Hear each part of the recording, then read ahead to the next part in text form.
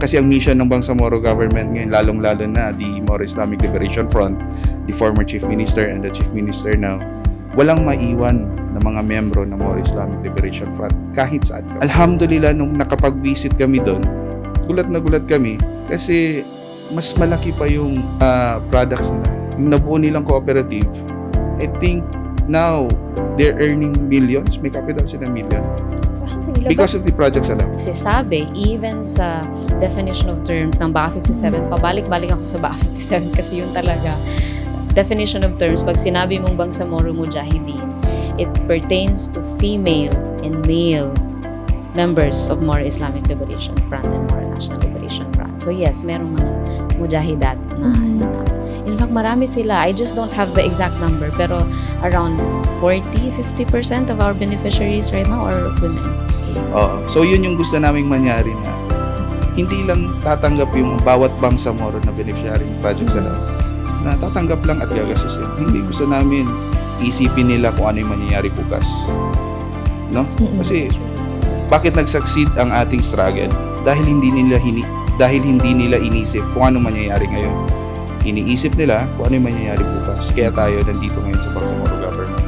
Kasi ang pangalan ng opisina namin is Bangsamoro Mujahideen, and it's not every day that you have an office na may pangalang Mujahideen, because once upon a time it's always associated with something negative, with terrorism, with violence, conflict, and what have you. And through our office, we're trying to redefine that. We're trying to rename and redefine what Mujahideen.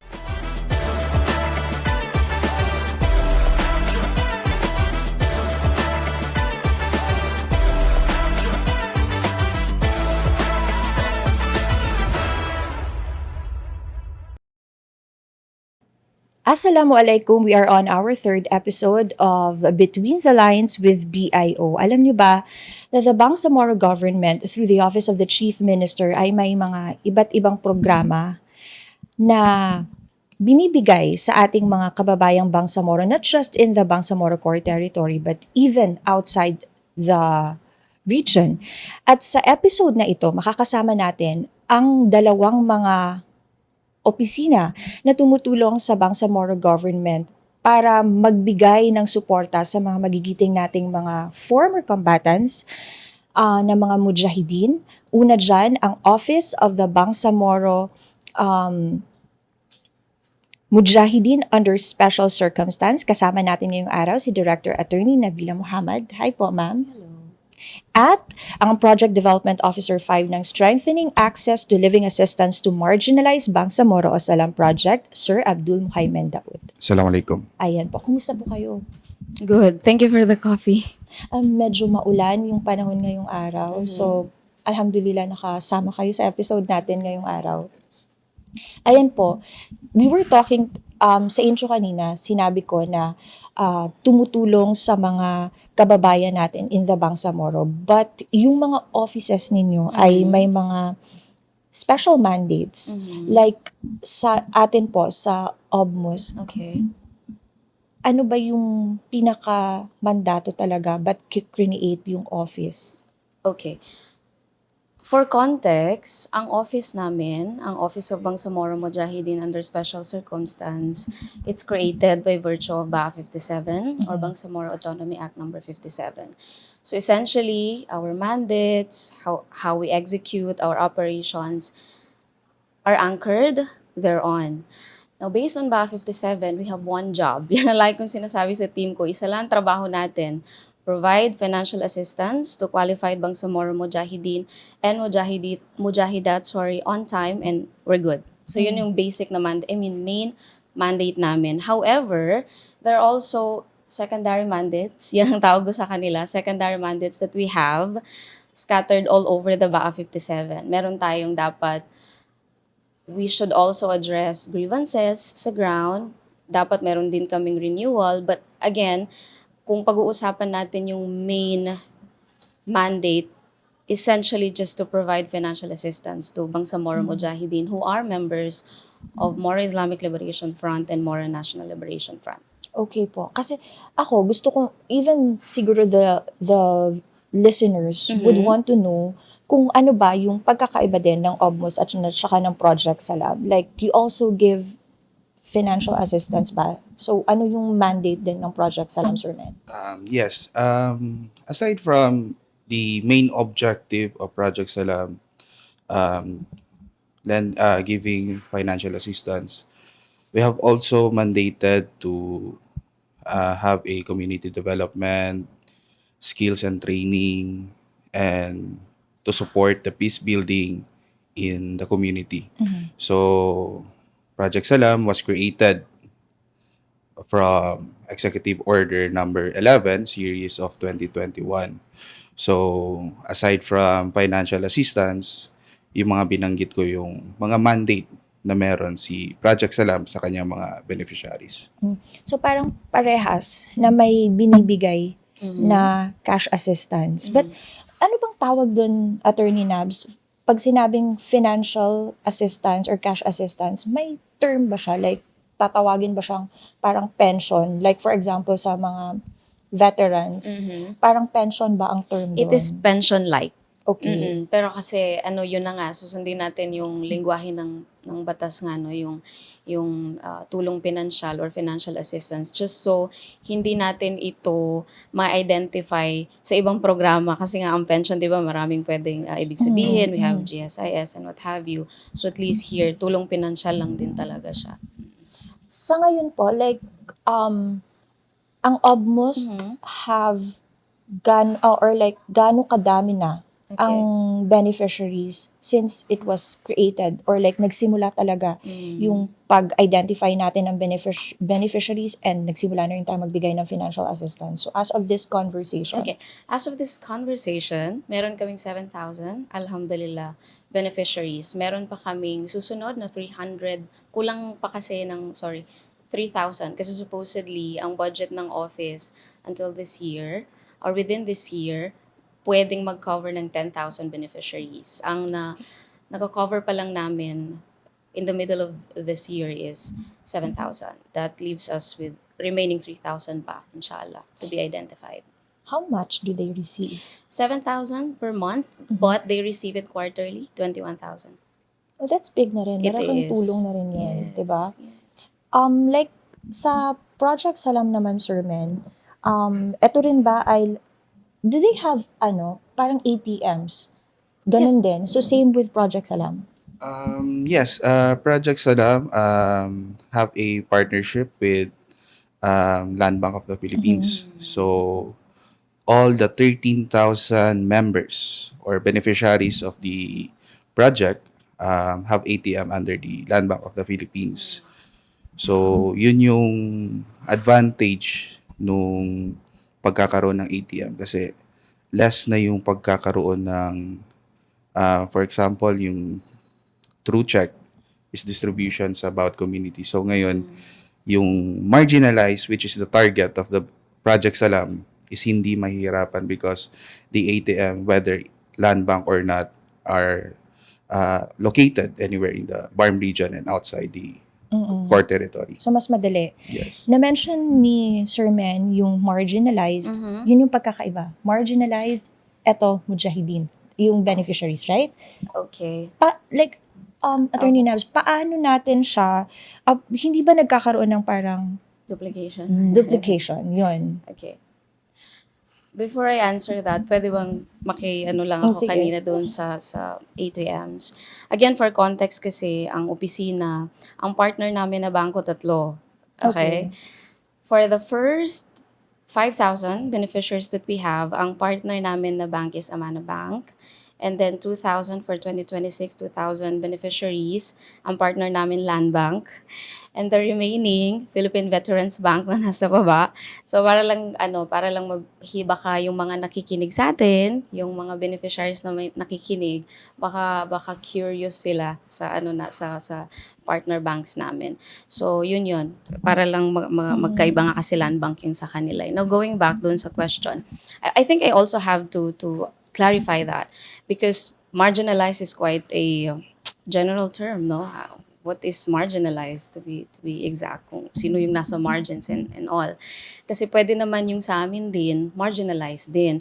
But very specific lang in a way na ang BA 57, that's why I said that our operations, everything that we do essentially is anchored on BA 57. Very specific yung binigay na dapat, isa sa mga qualifications ng magiging beneficiary, dapat hindi tataas sa 250,000 yung annual income niya. That in itself for me is them being marginalized. That's one.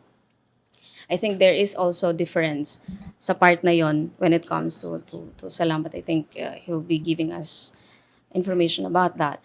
Now, in terms of the application, hindi naman. I think you would agree, right? Hindi kami nagkakaroon ng duplication. For one, kasi ang requirements magkaiba. That's Okay. one. And I don't think na ano lang kayo, sir, no? Nakafocus lang kayo sa Mujahideen, right? Yes, mainly the core beneficiary of the 13,000 is former combatants. So to add up, medyo meron barrier. So hindi talaga magkakaroon ng duplication. The Salam project has a 24 or 25 to 59 age bracket. Yeah. So Okay. if as I know, the OBMOS has a 60 up. 60 up. Yeah, yeah. Oo, 60 up. So dun pa lang makikita mo na yung age bracket. So mahirap kasi si Project Salam and OBMOS has a database na nakikita yung cross-check. edad. Oo. So in addition naman, si Project Salam, yung sinasabi nating marginalized. We have in the Bangsamoro region and outside core, we have marginalized Bangsamoro people. Pero Project Salam, to give emphasis, ang tinututukan is former combatants. So ito sila yung marginalized former combatants, yung tinututukan ng proyekto. No project. Can I join Yes. also? Bigyan kita ng specific na requirements doon sa beneficiaryo namin. We have 2 classifications of beneficiaries. First classification, senior citizen. Second classification, mga persons with permanent disabilities. No. Yung 2 categories na yun or classifications na yun, magkakaiba yung requisites. Doon sa first classification na senior citizens, first yung age nga, first requirement, dapat hindi bababa sa 60 years old on the day of the effectivity of BA 57. And BA 57 got effective April 14. If I'm not mistaken, can check lang natin. But I think April 14, 2024. So that's very, very specific yung age na yon. Second requirement, dapat yung sinabi ko rin kanina na yung annual income nila hindi tataas sa 250,000. And third requirement, dapat nakapag-participate sila. I think the word of the BA 57 or the wording of BA 57 is they have participated in 20 years from 1969 to 2014 when the CAB was signed. Pwedeng tuloy-tuloy o hindi, pero very specific. 20 years doon sa paglaban, or if I have the right term, the struggle of the Bangsamoro people for their right to self-determination. So yun, that's the first classification. Yung second classification naman of permanent with people with permanent disability, I have to be very clear about this because age is not a requirement. Okay? Age is not a requirement. Pwede kaming magkaroon ng beneficiary na bababa sa 60 years old. Yeah, on the day of the effectivity of BA 57. Tapos meron siyang, well, from the name itself, disability. And then the third requirement, the third requirement is the economic requirement, same, yung 250,000.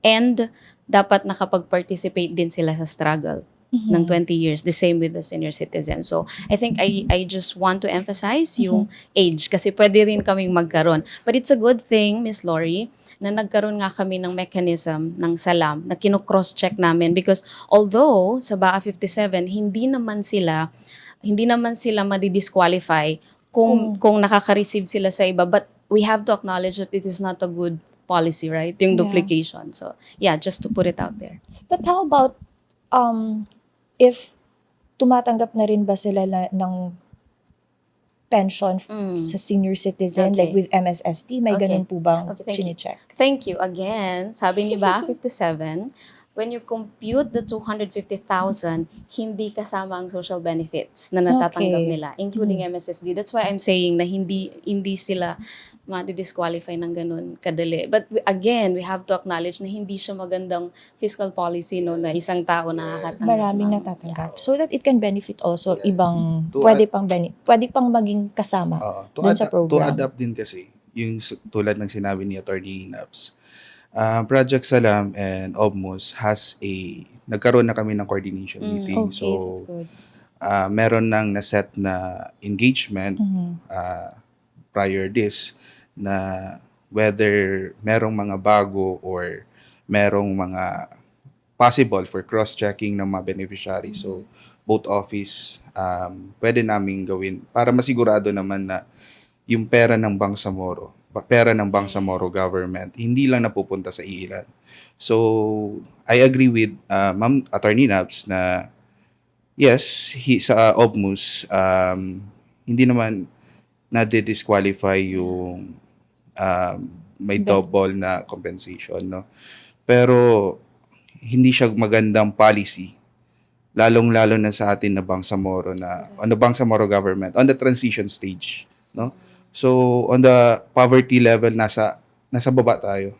So as much as possible, the slots na we have ma-distribute na maayos. So the Project Salam, yun yung paulit na sinasabi niya. We have engagement with ISAL from MBHT, Madaris Education, to Bangsamoro Darulifta, their community peace advocates, and also the veterans. So, yun yung mga engagement namin na masiguro yung pera, yung sentimo na natatanggap ng mga ng beneficiary is nasisigurado na hindi nadodoble or let us say na bawat Bangsamoro nasisigurado na merong mabibigyan. So, in addition dun sa Project Salam, nabanggit mo yung MSSD, Project Salam is a localization ng ating 4Ps. So, yun yung, on the creation of EO 11, yun yung main core nun, localization of the 4Ps. But, iba lang yung twist niya for the former combatants. So, ganun yung creation ni Project Salam. So, maraming pagkakaiba, pero isa lang yung hangarin namin ni OBMOS is to serve the Bangsamoro people. Pero may ano ba siya po? May limit. May limit. I mean, yung years na pwede silang maging beneficiaryo nito. Lifetime ba po yung natatanggap na cash assistance sa mga beneficiaries under OBMOS? Yeah, thank you. Again, according to BA 57, lifetime siya. But it is non-transferable. It is not like other benefits, no? Na kapag nawala yung beneficiary, pwede niyang i-transfer sa anak niya or nearest of kin, for lack of better term. Pero sa amin, sa UBMOS, lifetime, but it stops there. Then, Ibig sabihin po, yung kanina, you mentioned you have 7,000 plus beneficiaries na. yes. And yung target niyo for this year ay 10,000. Yes. So yung 10,000 na yan can still grow ba next year? Yung target beneficiary, or fixed na po siya kasi you already identified kung sino yung pwedeng mag-qualify It sa can still program. grow. It can still grow. It depends on the budget.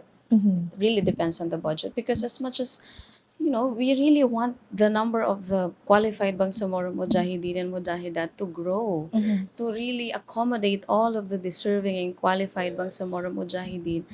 But it boils down to the fact, kaya ba ng resources ng Bangsamoro government? So ibig sabihin po, like ngayon, marami pa rin tayong kung saan Yes, applications of course. na vina-validate natin. Yes, we still have that. We are still continuously receiving endorsement from both fronts, from our ENHA kasi for us also to have a data na mapapakita natin sa mga nagdedesisyon sa pagbibigay ng budget sa mga opisina na meron pang naghihintay na mga beneficiary. But again, I have to understand na meron tayong resources na kino-consider.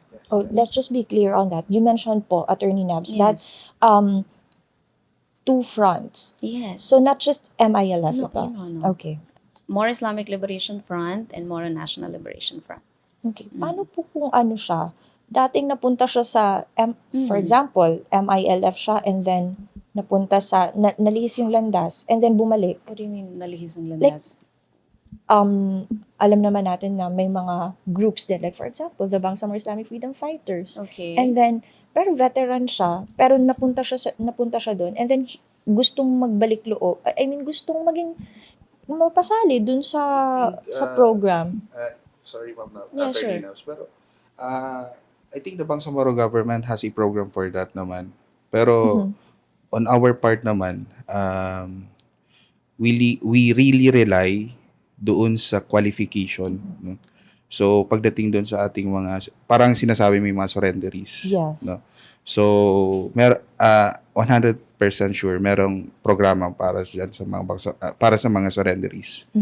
And that's the time na pumapasok yung validation ng kanilang mga requirements. If papasa ba sila or Yes. pwede sila doon. And again, to put it on record also and para sa mga nakikinig sa atin ngayon na maaring interesado maging benepisyaryo, kailangan talaga na miyembro sila ng Moro Islamic Liberation Front and Moro National Liberation Front kasi hindi po uusad yung application nila without the necessary endorsement from both fronts. So, kailangan talaga yun. Hindi po pwedeng magdiretso sa opisina. Dadaan po talaga sila sa screening ng two fronts. You know why? Kasi yung 20-year requirement na participation. The office has a limited way of knowing na nag-participate ka sa struggle ng 20 years because we don't have the record for it. So, yung endorsement, yung critical doon. Kasi Yes. sila mismo, sa level pa lang ng fronts, alam nila na, itong si Beneficiary. ay beneficiary or si possible beneficiary ay talagang nandun sa struggle. Correct. Okay. Like, sa ano naman po, sa Salam, may ganun din ba? May limit din yung kanyang years na pwede siyang maging beneficiary ng Salam? Or like kapag like you mentioned, localized version ng 4-piece. Pag si 4-piece, pag merong graduate na or graduate na siya ng 4-piece, nagtapos na yung years niya, hindi na siya beneficiary. Ganun ba? Yung Salam ba nasusustain ng ilang years yung kanilang So, pagiging member? Yes. Alhamdulillah, ma'am, with the response to your questions, the revised implementing guidelines of the Project Salam was signed this year, no? So, alhamdulillah, on that guidelines, nabigyan ng clear path or clear roadmap kung ano ba talaga ang mangyayari sa ating mga beneficiary. So, yung ginawa natin sa revised implementing guidelines na yun, the beneficiaries of Project Salam, based on the IG, is meron silang 5 years. Pero yun yung magandang gusto kong bigyan ng point doon na hindi namin hahayaan yung mga beneficiary na matapos nila yung 5 years. Hindi ganun. Ang mission namin is within those 5 years, makatanggap yung aming beneficiary ng mga skills and development, yung mga community development na pwede nilang pwedeng ma-distribute sa community, which nandun yung ating mga beneficiary. Kasi ang gusto naming bigyan ng point doon is yung reintegration. Yung reintegration ng ating mga former combatants. Biruin mo, the former combatants fight for more or less 50 to 40 years.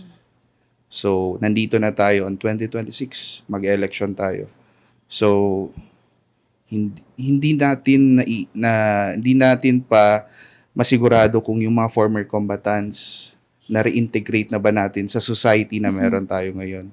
So si Project Salam, yun yung gusto niyang bigyan ng diin na before maalis sila sa Project Salam, gusto namin na itong mga beneficiary na to, financially, mentally, nakapag-reintegrate na sa society natin ngayon. To give context, Project Salam has coordinated with CISEA, cooperatives natin. So, ang gusto naming mangyari doon, yung mga beneficiary namin, gumawa sila ng cooperative. So, meron na kaming living example nito. So, gumawa sila ng cooperative na yung cooperative na yun, yung pera na pagkukunan nila from Project Salam. So, yun yung gusto namin. Pero, hindi namin sila hayaan na from the financial assistance lang Project Salam. Kasi how much is Project Salam per quarter? May natatanggap silang 18,000. So, almost has 21,000. 18,000 is very small amount, Yeah. no? So, Hindi na siya ganun. on our every mission namin na pumupunta kami sa ground, meron kaming financial literacy. So, one of it is yung pagbuo ng cooperative. So, pagbuo ng cooperative, kukuha sila ng pera doon sa sarili nila, tutulungan namin sila, paano magkakaroon ng investment. Then, papasok kami para tutulungan silang ilabi sa ating mga ministries, agencies, offices na makakuha ng mga assistance yung nabuo nilang cooperative. So, for this year, yan yung tinututukan namin na meron pang mabuo ng mga cooperative within the Project Salam beneficiaries. Like for example, yung aming mga beneficiaries, merong mga beneficiaries dito sa Cotabato na nakapagkaroon ng fish pond. Yung fish pond, meron silang mga alagang crabs, yung mga kung ano-ano pang mga fish products, no? So, alhamdulillah ngayon, meron silang mga income na nakakatulong sa kanila. So, yun yung gusto namin. And addition from Palawan, biruin mo Palawan, meron kaming Hindi mo kami beneficiaries. sinama doon. Oh. Si Same, Bayo. may Yes. beneficiaries. Sinama. Si Project Salam, hindi lang siya, tulad ng Yeah, sabi niyo yes. kanina, hindi lang siya nananatili sa core territory. Same. As far as Palawan, merong beneficiary. Like, gano'ng kadami yung beneficiaries natin in Palawan? So, Sherman? more or less, nasa 30 sila doon. Okay. Marami So, sa inyo. marami nagtatanong, bakit meron sa Palawan? Kasi, yung struggle natin dati, yung struggle ng mga France, is nakakalat siya. Nakakalat siya. And, correct me, Attorney Nabs, Palawan is included with the plebiscite nung ARM dati. Di ba? The history would tell Yes. as well, no? Yes. Same Yan yung kwa natin. Kumbaga, yan yung history.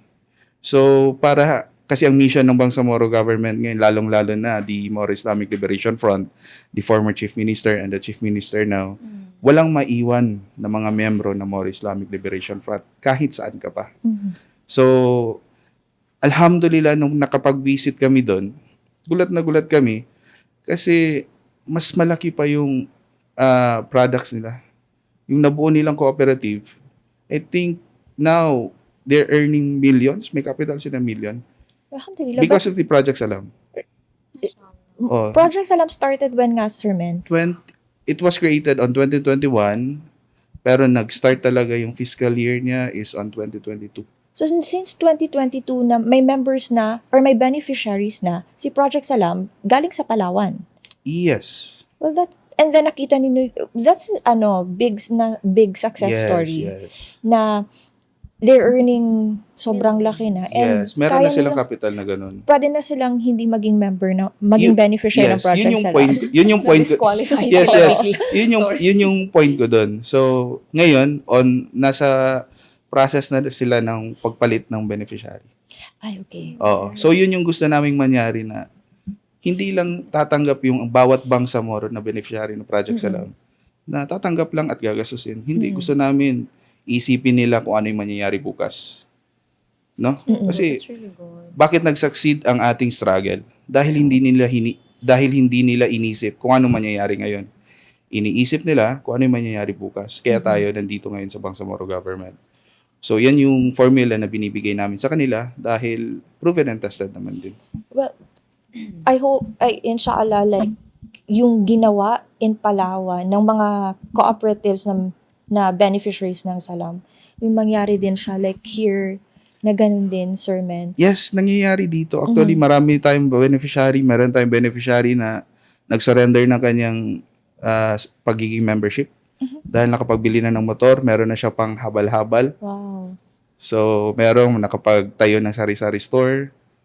Yung sinabi ko na para yung fish pond, yung grupo nila, may mga payong-payong. So, yun yung point ni Project Salam na hindi kayo mananatili na magre-receive lang kayo ng pera. Yes, at saka yun yung gusto natin mangyari in the Bangsamoro na hindi lang tayo tumatanggap ng like Band-aid solution. yes. Band-aid And solution. yung sanay lang ng baka ayuda ganon. 'Di ba? So yun yung gusto nating alisin.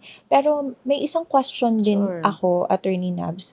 Yung OBMUSC ba or just for mujahideen or meron beneficiaries din na mujahidat po? Like mga babae. Okay, thank you. Nasaksihan ko kung paano nag-discuss sa parliament kasi before ang name niyan Mujahideen and Mujahidat. And one of the members of the parliament at that time was very OC kasi Office for Mujahideen and Mujahidat. And then she was asking, it's a she was asking, wala bang term, sabi niya, na may encapsulate na both ang women at saka men. So nagkaroon ng discussion, you know what? Nagkaroon pa ng special technical working group ang BTA at that time para lang pag-aralan yung pangalan ng office. That's how special it is. Like for me, it's really that special kasi nasaksihan ko nga yung legislative process. To answer your question, meron mga kababaihan, of course. Hindi lang na-spell out yung mujahidat kasi sabi, even sa definition of terms ng BAA 57, pabalik-balik ako sa BAA 57 kasi yun talaga, definition of terms, pag sinabi mong Bangsamoro Mujahideen, it pertains to female and male members of Moro Islamic Liberation Front and Moro National Liberation Front. So yes, merong mga mujahidat na ano namin. In fact, marami sila. I just don't have the exact number, pero around mga 40-50% of our beneficiaries right now are women. Nabanggit nyo kasi kanina na hindi lang siya, na yung isa lang, yung mandato, magbigay ng financial assistance. Yes. But are there other services pa na binibigay or ginagawa si OBMUSC? Well, we want to, pero yun talaga yung sa amin main mandate talaga namin na magbigay ng financial assistance on time. And ako personally, just to take the conversation further, personally medyo hindi nga ako, I'm not really satisfied with just doing that. No, I want to do more, really. Pero naiintindihan ko rin yung limitations ng budget and what.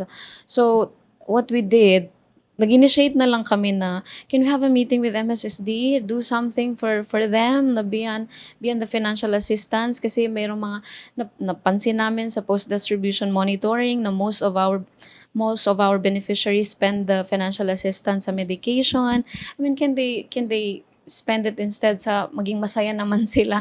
Sabi ko, baka pwedeng gumawa tayo ng referral na kung kailangan nila ng medication, ganap tayo sa area, sa MOH ba, sa MSSD ba, para lang yung financial assistance, hindi lang siya para dun sa medication nila.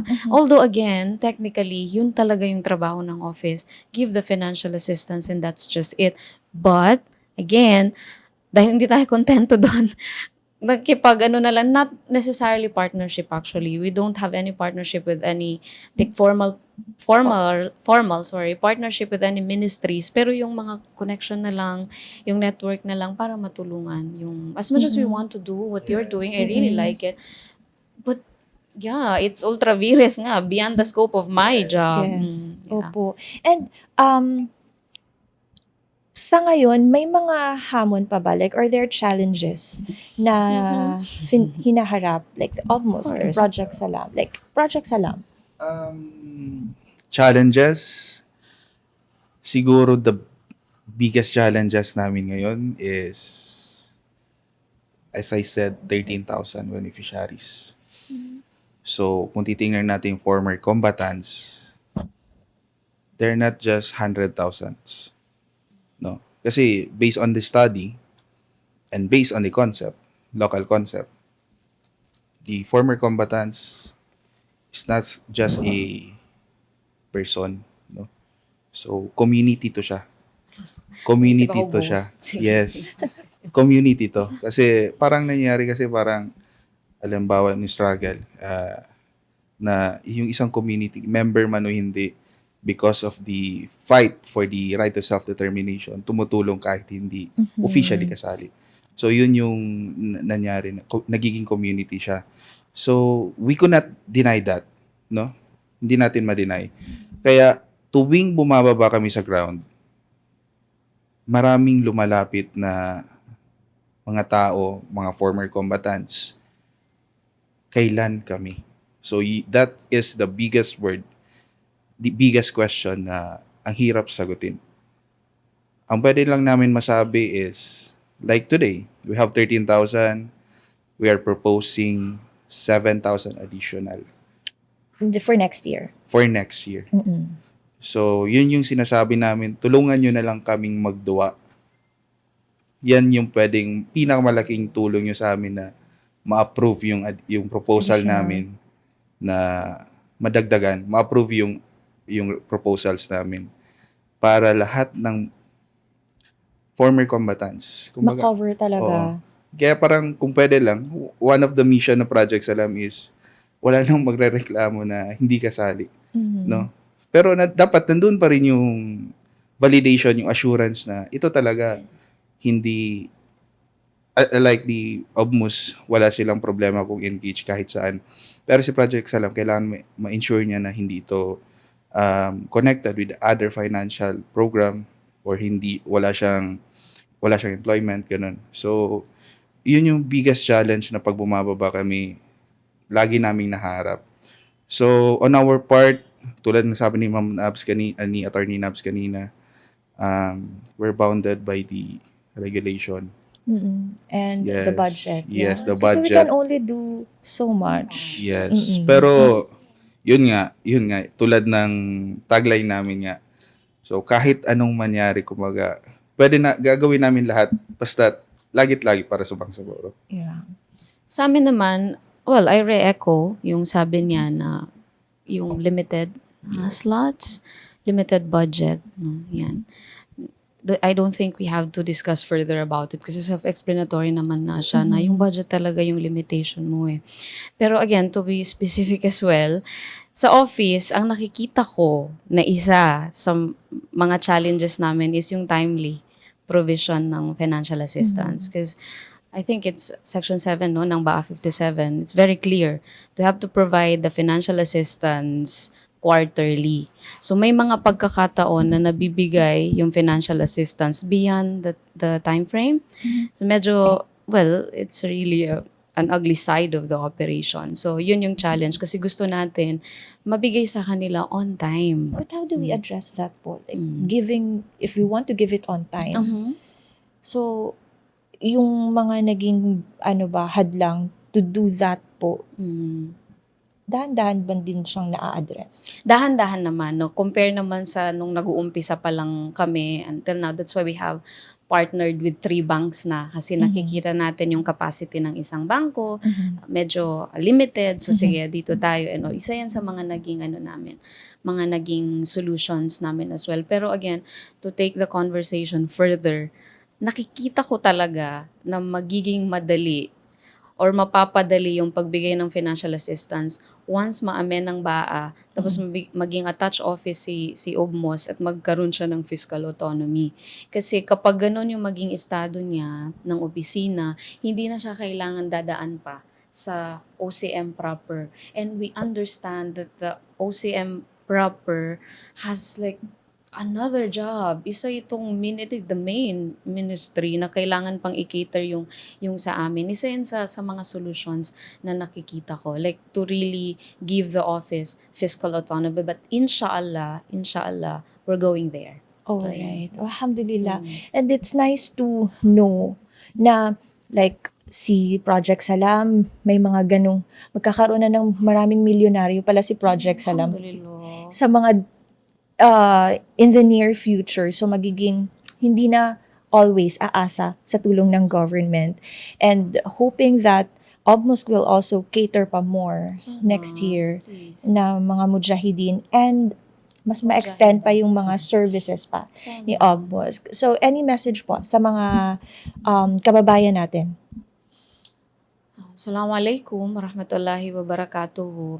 Siguro sa amin, hindi pa ako ganun. As a person who's quite perfectionist when it comes to these things, hindi pa ako satisfied really sa performance ng office. Ina-acknowledge natin yung mga limitations, ina-acknowledge natin yung mga grievances na naririnig natin sa baba. Isa doon talaga yung late na pagbibigay ng tulong pinansyal, but for various valid reasons naman, no.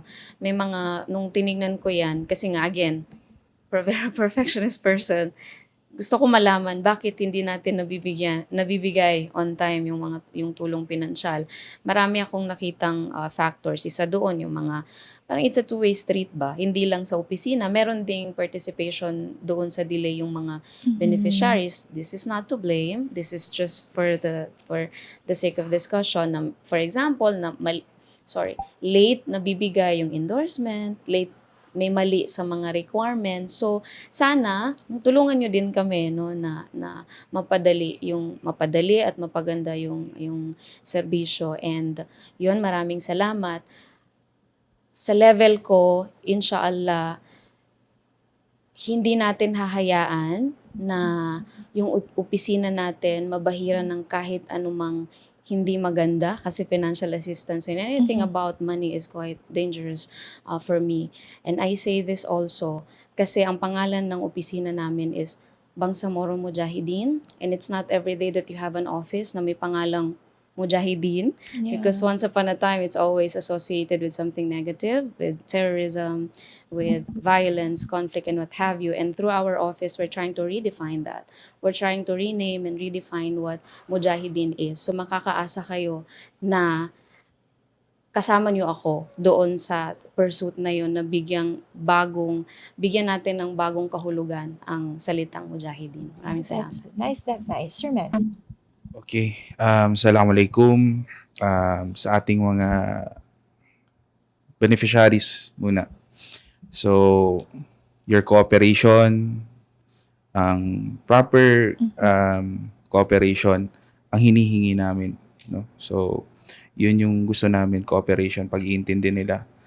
Dahil, kumbaga si Project Salam, tulad ni Obmus, na ginagawa lahat kung ano yung pwede pang magawa para mapabilis at maging epektibo yung pagbibigay ng programa.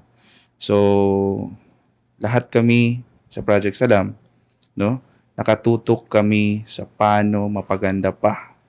Dahil sabihin man nating maganda, pero gusto pa naming mapaganda. No? Hindi pa tulad ni Attorney Nabs, hindi pa kami satisfied hanggat hindi nakakamit ng mga Bangsamoro yung kumbaga satisfaction na dapat nilang ma-experience tulad ng ating ibang region, katulad ng ibang region. So, sa mga beneficiaries, your understanding, cooperation, at yung active participation sa ating programa. Sa mga hindi pa beneficiaries, so tulungan nyo kami.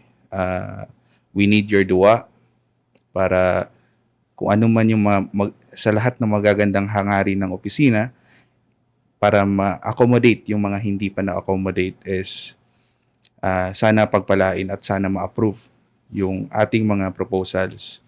And huwag kayong mag-alala, sinisiguro ng opisina ng Project Salam sa pamumuno ng aming project manager na walang Bangsamorong papabayaan sa opisina ng Project Salam. Oh, thank you so much. Ayun, sana nabigyang linaw tayo sa mga binibigay na services ng dalawang offices na ito, like the Office of the Bangsamoro Mujahideen under special circumstance at ng Project Salam. Maraming salamat sa mga guests natin ngayong araw na ito, sa episode na ito ng Between the Lines with Bio. So sa mga listeners namin, sana po nabigyang linaw tayo.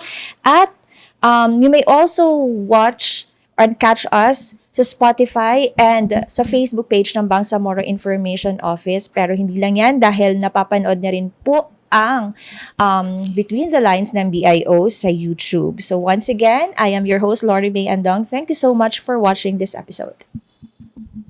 Bye!